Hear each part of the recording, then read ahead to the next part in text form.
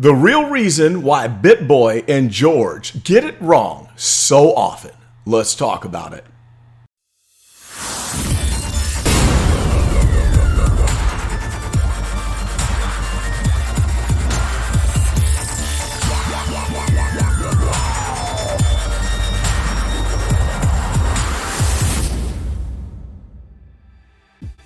What's up, everybody? It is I, Carlton Flowers, your crypto pro. Yay! And we have a very special video for you today. We're going to talk about George and Bitboy, and I've got the coffee ready for this because we're going to kind of discuss why it seems like they get things so wrong so often, especially right now. You know, we got George this morning talking about he's buying Bitcoin right now, where he has purchased an additional $100,000 worth of Bitcoin. And of course, Bitboy is being discussed all over Twitter and by some of the different people on YouTube for his belief that we're still going to exceed 100,000, or what did he say, 200,000, like within the next couple of weeks. Because he claims that the peak is going to happen in late September, early October, and he's still standing behind that claim. Now, considering how wrong both of them have been in the last, say, few days and several weeks, as far as I'm concerned, they're usually wrong when we are not in a bull market. I still watch every single one of their videos. So why do I watch their videos when they call things out so wrong? Well, there's a reason. Bitboy, Crypto, and George are experts at fundamental analysis and reporting the news and information surrounding the cryptocurrency market. I learn more from these two guys than practically anyone else that is out there. And I would say that these two guys are the best at being relatable to everyday people who are new into the space or kind of just getting their legs, getting used to running with this whole crypto investment thing. They are the best. That's why Bitboy has over 1 million subscribers. I don't know what George is up to, but George is just a very down-to-earth person, and he's very easy to understand. And again, I glean tons of valuable information from both of these guys, and they increase my overall understanding about the market. But what I do, I combine that information with what I see on the charts in order to make the best decisions. Now, we're going to take a look at the chart just so we can see how ridiculous it seems to me. George buying $100,000 worth of Bitcoin right now. Let's put me down here for a minute. Look at this 4-hour chart, okay? What in the world? Let's just get rid of me for a second here. This is a serious dive. We had the big dip, we had a small recovery, and now we're in another red bar. And so we're moving downward, even though the stochastic crossed over right here, okay? There's a stochastic crossover. So you would think that we would be moving up. That was from these two green, very small green bars and candles rather. And now we've got a bigger red candle that is formed right after this crossover, which tells me that the downward momentum and the divergence of the oscillators on the MACD is going to take precedence over this crossover. So what does that mean? We've still got further room to go. Now, we had a lot of people out there that were saying 43,000 is the lowest that it will go, and it's going to go up from there. Well, I'm sorry, but this chart does not give me the security of thinking that Bitcoin has reached the bottom. And so the reason why I think people like George and Bitboy would still go in head first and sink money into this market is because A, they've got the money to do it, and B, they don't get into technical analysis. Now, that's not saying that I'm smarter because I use technical analysis. Overall, they're going to win. And as long as you're buying and you're in it for the long term, which both of them are, they're going to get rich from this. There's no doubt about it. But for the people like you and me, the ones who are just trying to get this come up and get your foot in the door, and you don't have a lot to invest in cryptocurrency, it's a little bit harder to take when you buy in at this point, and then in the next couple of weeks, Bitcoin continues to do this. That's hard to take. It gets scary, And knowing that the institutional investors and the market makers take advantage of our tendency to be ruled by our emotions, they scare the pants out of us and cause us to sell once we get down to a low point. After we sell out for a loss because we can't stomach seeing our investment go into the red, we can't stand to see the amount that we put in shrinking, they shake us out, we sell, and then they will buy it up and then profit when the market makes the rebound. That's how they take advantage of us. Now, let's look at the one-day chart and just think about this. This is an even better picture right here on the one-day chart. And let's just look at all the evidence that we see right here. And then keep in mind, what would you do looking at this chart and based on what I'm about to tell you? Would you be buying $100,000 worth of Bitcoin today when we have a stochastic crossover right here on the 1 day? Now, the 4-hour stochastic looks a lot better, but there are 6 cycles of the 4-hour stochastic within 1 day. So this 1 day chart is going to take precedence.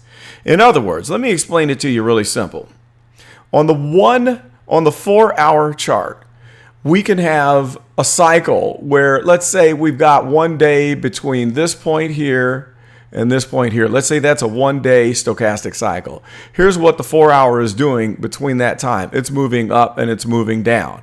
And then when we go into the next day worth, the stochastic is moving up and down, up and down. So we'll have stochastic crossovers on that 4-hour.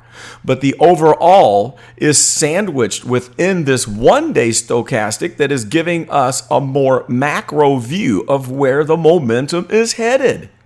So would you put $100,000 into the market today, knowing that we have this stochastic crossover combined with the fact that the fast line and the slow line have completely diverged in their pathway? They're completely divergent with one another, which confirms a downward momentum that will probably continue. Also, would you dump $100,000 into Bitcoin at 43,000 with this failed crossover of the oscillators on the MACD? Look at the slow line there. Look at the fast line.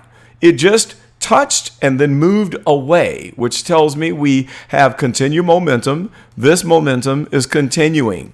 All right.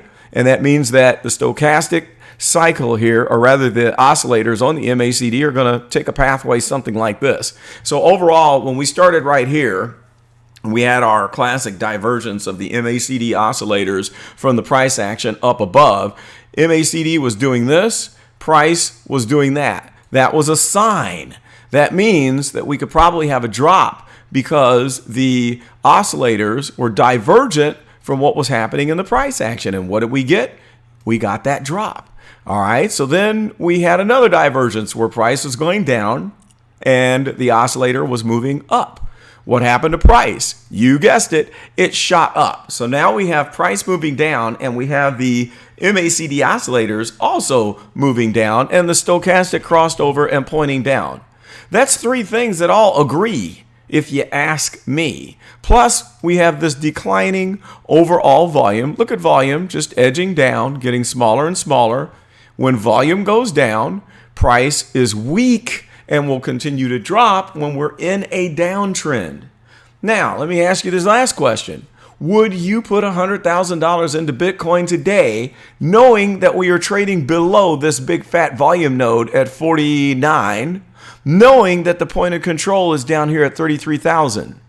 This VPVR is the volume profile indicator that tells us how much volume we get at a particular price instead of at a particular moment in time, where it totals the volume from this 1 day.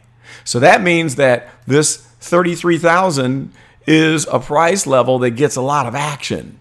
And that says that whenever we look at these little dips here, this is what I call a slip zone. This is not a popular area where the big institutions are looking to buy. Now, I don't ever hear Bitboy or George talking about these things. They'll never pull up a VPVR and discuss that on a video and talk about how it influences their trading decisions. And guess what? They don't have to. They don't have to. What they're doing is buying and holding for the long term. So George can get that 100,000 in Bitcoin. This thing could drop to 33. Maybe it doesn't drop to 33. Maybe it stops at 43. But let's say if it drops to 33, or even if it drops down to 23, God forbid, maybe 14. What's George going to do? He's going to sit on it. Or as he says, I'm going to sit on it. You notice how he says that a lot? I'm going to tell you what. I'm going to sit on this Bitcoin. I'm going to buy me 100,000 worth and wait it out. So when you have time on your side, you're going to be profitable. So it's not a bad move for his strategy. It's the same with Bitboy. He's not going to do any panic selling. He's not in a position right now where he would have to sell if we get a big dump. He has enough money, obviously, to live off of, looking at the cars that he drives, where he could sit and wait if it takes months or even years. He doesn't have to sell at a loss.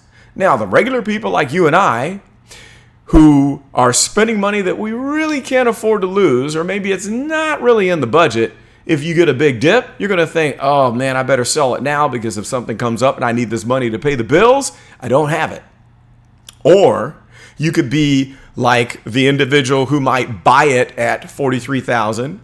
It dips down to, say, 33, and they think it's still going lower. So they sell it at a loss with the hopes to pick it up at a lower level so that they can make back what they did. Now, I've done that before myself. I bought into XCur at $10 per token. I sold it for a loss at $6.58 when I knew that we were headed for a long-term downtrend. I started DCA buying at $4 and I continued to buy it all the way down to $1. Then it moved back up. I started with 100 tokens. I've got 150 now, and the 150 cost me less than what I paid for the original 100, which was $1,000. But doing the dollar cost average method, I ended up with 150 for an overall cost of about $700, somewhere in there. So what I lost in selling for $658, I kind of gained back, and you can't really call that a gain. But I ended up with more tokens at about a $300 less price. So that's something that us little people can do, and it does work. But the big boys don't need to do that.